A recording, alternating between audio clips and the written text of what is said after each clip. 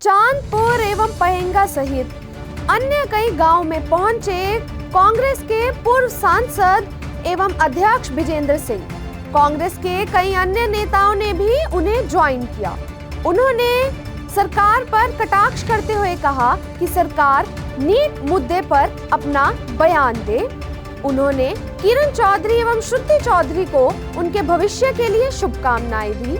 विजेंद्र सिंह ने कहा कि कांग्रेस का उज्जवल भविष्य अब आने लगा है। पत्रकार वार्ता में किरण चौधरी द्वारा कांग्रेस का भविष्य प्रदेश में नहीं होने के बयान पर पूर्व सांसद एवं कांग्रेस नेता विजेंद्र सिंह ने कहा कि मैं उनके और श्रुति के भविष्य की शुभकामनाएं देता हूं।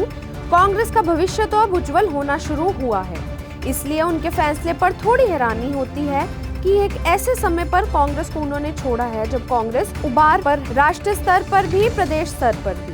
अभय चौटाला द्वारा कांग्रेस के अंदर परिवारवाद होने के बयान पर कांग्रेस नेता विजेंद्र सिंह ने कहा कि चौधरी देवीलाल के परिवार का उदाहरण देकर ये कहें कि परिवारवाद चला हुआ है, इससे ज्यादा हास्यास्पद स्थिति और क्या हो सकती है। और कोई कहे तो मैं समझ भी लूं। नीट की परीक्षा को लेकर कांग्रेस नेता विजेंद्र सिंह ने कहा कि इसमें 28 और 24 लाख बच्चे हैं जिनका भविष्य इसके ऊपर अटका हुआ है। इस स्तर की परीक्षा जो है, इसमें इस प्रकार की कथित रूप से धांधली होना बहुत चिंता का विषय है, क्योंकि इस तरह के पेपर हैं जो हमारे देश के सबसे ऊपर के बच्चों की जो क्रीम जिसको कहते हैं वो उसमें जाती है। वहाँ कुछ है तो उस पर कार्यवाही करनी चाहिए, अब तक दिखाई नहीं दे रही है। कुछ कांग्रेस के नेताओं के भाजपा में जाने की चर्चाओं पर बोलते हुए कांग्रेस नेता विजेंद्र सिंह ने कहा कि चुनाव के सीजन में कुछ आवागमन तो होगा हर तरफ से, खास तौर पर वो लोग जिनको उनकी संभावनाएं जिस पार्टी में भी हैं उसमें थोड़ा उसके ऊपर प्रश्न चिन्ह लगता दिखता है तो अपना इधर उधर रास्ता ढूंढना शुरू करते हैं। ये तो हर चुनाव से पहले संभावित प्रक्रिया होती है। भजनलाल देवीलाल के बाद बंसीलाल परिवार के भाजपा में जाने के सवाल पर कांग्रेस नेता विजेंद्र सिंह ने कहा कि लोकतंत्र की ये ही खूबसूरती है कि जो चढ़ता है कल उतरता भी है। आज के दिन स्थिति ये आ गई है कि जो प्रदेश के सबसे बड़े दिग्गज माने जाते हैं उनके परिवार आज इस स्थिति में हो गए हैं कि बीजेपी में शायद उनको संभावना किसी तरह की नजर आनी शुरू हो गई है। लेकिन दुर्भाग्य की बात है कि जो इतनी बड़ी विरासत थी वो जिस प्रकार से आपसी लड़ाई में पहले खंडित की, उसके बाद लोगों के भरोसे का जो सम्मान नहीं किया बल्कि अपमान किया, वही कारण ये है कि आज ये स्थिति बनी है कि जेजेपी को 1% वोट तक लोकसभा में नहीं मिले। सर, क्या कुछ कार्यक्रम है आप गांव-गांव में जा रहे हैं? किस तरह से कार्यक्रम वही है, जनसंपर्क के नाते है और परसों से शुरू किया था। 4 गांव परसों किए थे, 3 कल किए थे, 3 आज हैं। आज शुरुआत चांदपुर से है, फिर खेड़ी बुल्ला है और शाम को पेगा है। तो यही है जो अपने साथी हैं नए पुराने, उनसे मुलाकात। सर, किरण चौधरी ने भाजपा को ज्वाइन कर लिया है और वो निरंतर कह रही कांग्रेस का कोई भविष्य नहीं है। और नहीं, मैं उनको उनके और श्रुति के भविष्य की शुभकामनाएं देता हूं, लेकिन कांग्रेस का तो भविष्य अब उज्जवल होना शुरू हुआ है बल्कि। तो इसलिए मुझे उनके फैसले पर थोड़ी हैरानी होती है कि एक ऐसे समय पे कांग्रेस को उन्होंने छोड़ा है जब कांग्रेस उभार पे है, राष्ट्रीय स्तर पे भी और प्रदेश स्तर पे भी।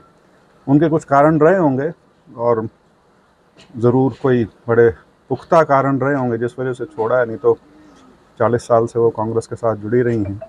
लेकिन मेरे को नहीं लगता ये उपयुक्त समय था ऐसा कुछ कदम उठाने का, लेकिन फिर भी उनको बहुत बहुत शुभकामनाएं। सर, कल अभय चौटाला आए थे नैलो की जिला स्तरीय मीटिंग में सुनैना चौटाला की, तो उन्होंने साफ कहा कि जो कांग्रेस है उसके अंदर एक परिवारवाद चला हुआ है और उसके अंदर सिर्फ और सिर्फ हुड्डा अपने बेटे को प्रोजेक्ट कर रहे हैं। सभी नेताओं देवीलाल के परिवार का उदाहरण देके यूं कहो कि वो कह रहे हैं परिवारवाद चला हुआ है, मतलब इससे ज्यादा हास्यास्पद स्थिति और क्या हो सकती है। कोई और कहे तो मैं समझ भी लूं। सर, उन्होंने कहा कि हुड्डा है जो अपने बेटे को प्रोजेक्ट करने में लगे। वो अपनी पार्टी संभाल रहे हैं, अपना परिवार संभाले, बतेरा है, कांग्रेस अपना ख्याल रख लेगी। सर, नीट की परीक्षा को लेकर घमासान मचा हुआ है। बिल्कुल, और इसमें करीब 24-25 लाख बच्चे हैं जिनका भविष्य इसके ऊपर अटका हुआ है और इस स्तर की परीक्षा जो है उसमें इस प्रकार की कथित रूप से धांधली होना बहुत चिंता का विषय है, क्योंकि ये इस तरह के जो इम्तिहान हैं वो हैं जो हमारे देश के सबसे ऊपर के जो बच्चों की क्रीम जिसको कहते हैं वो उसमें जाती है। तो वहाँ इस प्रकार की कोई भी चीज़ है तो उसके ऊपर तो तुरंत कार्रवाई करनी चाहिए, जो कि अब तक दिखाई नहीं दे रही। और अभी तक ऐसा ही प्रतीत हो रहा है कि केंद्र सरकार जो है वो इस पर आँख मूंदे बैठी है, जबकि बिहार में तो मेरे ख्याल से कई लोग अरेस्ट भी हो चुके हैं, जहाँ पे ये चीज़ सामने आई कि 25-25, 30-30 लाख रुपए दे के उनको पेपर मिला हुआ था।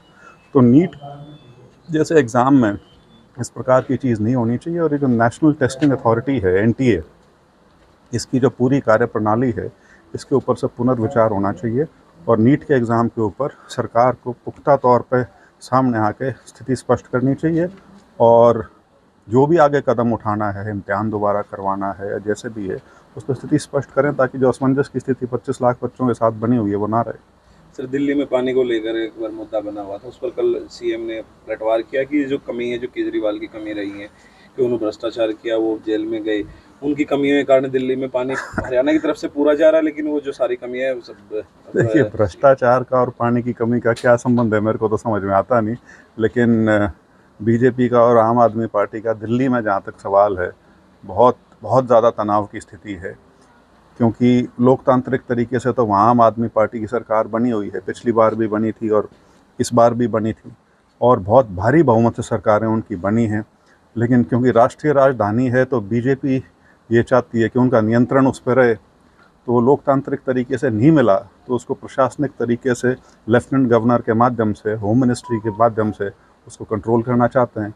बाकी ये जो मुद्दा है पानी का मुद्दा ज्वलंत मुद्दा है। पानी की कमी है तो चारों तरफ ही वो खरती है, सिर्फ ऐसा नहीं है कि दिल्ली क्योंकि राष्ट्रीय राजधानी है खबर बड़ी बनती है, लेकिन पानी का मुद्दा तो हरियाणा में खुद ही है और स्वाभाविक सी चीज़ है। दिल्ली ग्रस्त है, मैं दिल्ली रहता हूँ तो है मुझे उस स्थिति का आभास, लेकिन उसमें राजनीति इस प्रकार से करनी जो इस समय हो रही है पिछले 2 हफ्ते से, वो बहुत गलत है। उससे बढ़िया ये को समाधान निकाल लें उसका। सर, किरण चौधरी कांग्रेस में बीजेपी में गई है, खेला हो गया कांग्रेस के साथ, और कई और नेता जाने की चर्चाएं हैं, तो उसको लेकर क्या मानते हैं?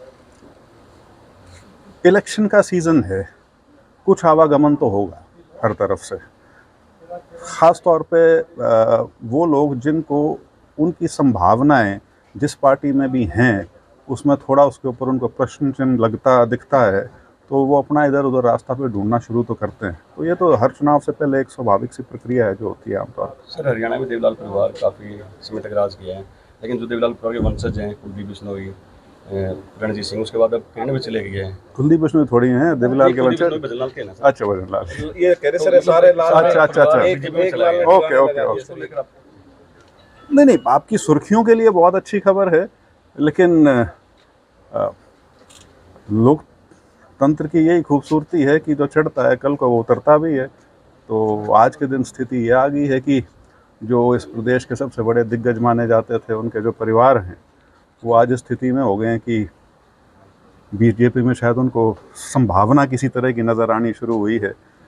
लेकिन बहुत दुर्भाग्य की बात है कि इतनी बड़ी जो एक विरासत थी, वो जिस प्रकार से आपसी लड़ाई में पहले खंडित की और उसके बाद लोगों के भरोसे का जो सम्मान नहीं किया, सम्मान क्या उसका बल्कि अपमान किया, वही कारण है कि आज ये स्थिति बनी है कि जेजेपी को 1% वोट भी नहीं मिला लोकसभा में और इनेलो को 1.7% वोट मिला है। दुखदाई है क्योंकि बहुत बड़ी विरासत थी और हमारी आंखों के सामने इतने छोटे समय में उसका विखंडन हुआ है।